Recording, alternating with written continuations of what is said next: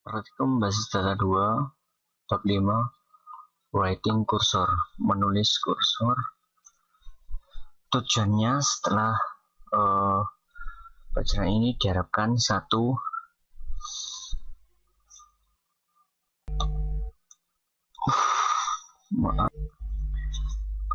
yang pertama membedakan antara implisit dan eksplisit kursor, kemudian mendiskusikan kapan dan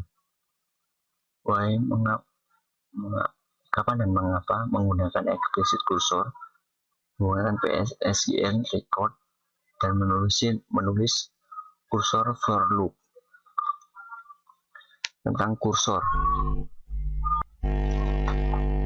setiap SQL statement dieksekusi oleh SQL server dan individu kursor, yaitu implicit kursor, mendeklarasikan semua DML dan PLSQL select PLSQL dengan statement select. Kalau explicit kursor, deklarasi dan namanya itu dari programmernya sendiri. Itu perbedaan implisit dan eksplisit. Seperti itu. Kemudian kita lanjut ke control explicit kursor. Open the kursor, kursor pointer, kemudian fetch row, close the kursor. Deklarasi kursor. Contohnya kursor name and select statement. Jangan memasukkan into clause di kursor deklarasi. Jika proses kolom specific sequence is required, use the order by clause, menggunakan order by clause di query. Kemudian deklarasi kursornya, contohnya seperti ini. Deklarasi kursor imp kursor is select employer ID last name dari tabel employers. Kursor dep kursor is select from department where location ID 170. Opening the kursor, sintaknya open kursor name, membuka kursor dan mengeksekusi query dan identify the active set dan mengaktifkan identity-nya. Jika query return mengembalikannya tidak ada row, no exception is raised. Use cursor attribute to test the outcome after a while. Menggunakan kursor atribut untuk mengetesnya. Fetching data from the cursor. Sintaknya fetch cursor name into variable 1, variable 2, kemudian record. Yang pertama, retrieve the current row value into variable. Kemudian include the sum number, masukkan beberapa nomor ke dalam variabel match. Kemudian test to see whether the cursor contain row.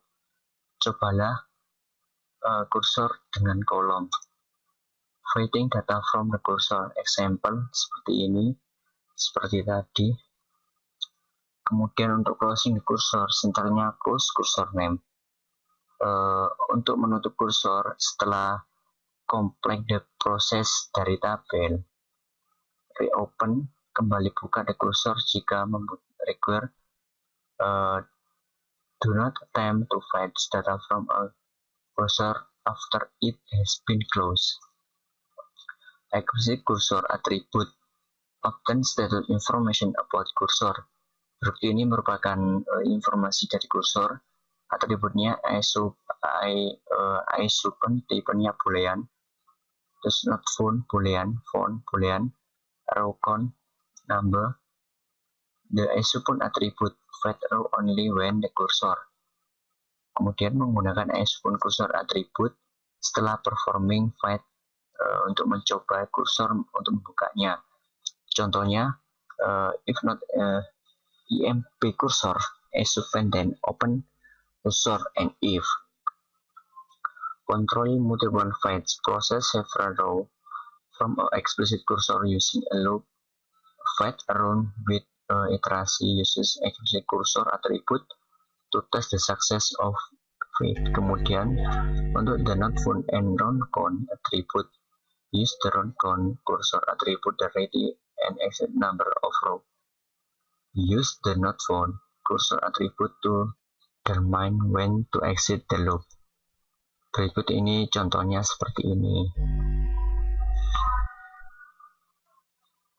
Kemudian kita lanjut, cursor and record process the row of the active by fate value into a PSSQL record.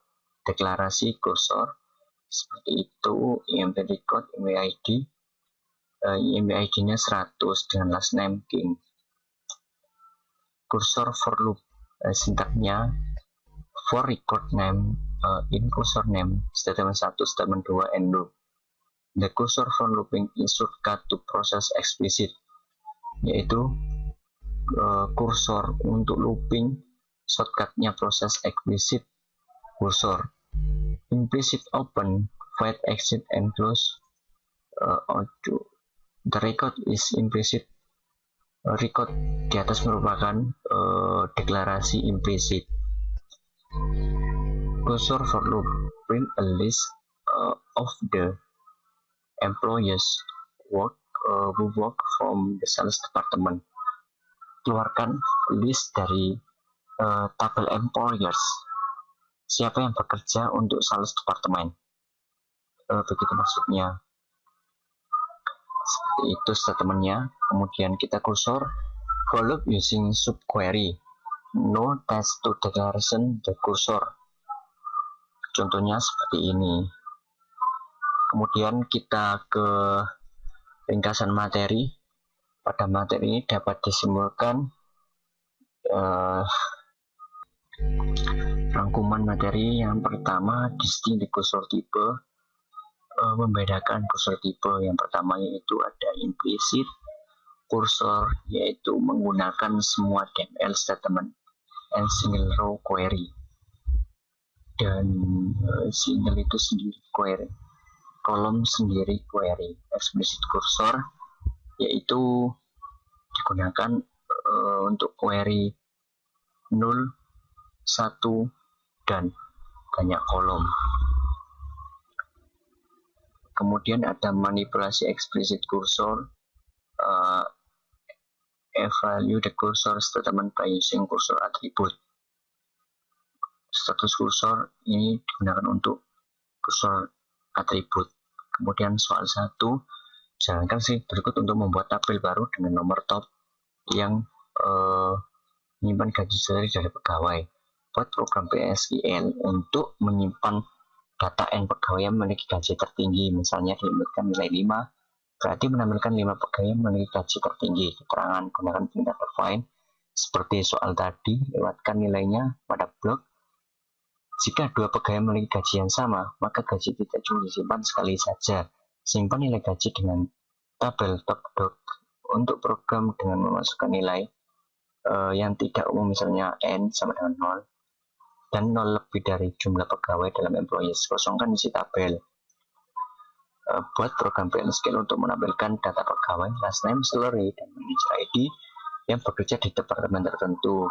Tentukan nomor departemennya, letakkan dalam variabel substansi. Jika gaji pegawai kurang dari 5.000 dan jika manager ID 100 atau 124, tampilkan pesan last name, gaji perlu dinaikkan tidak.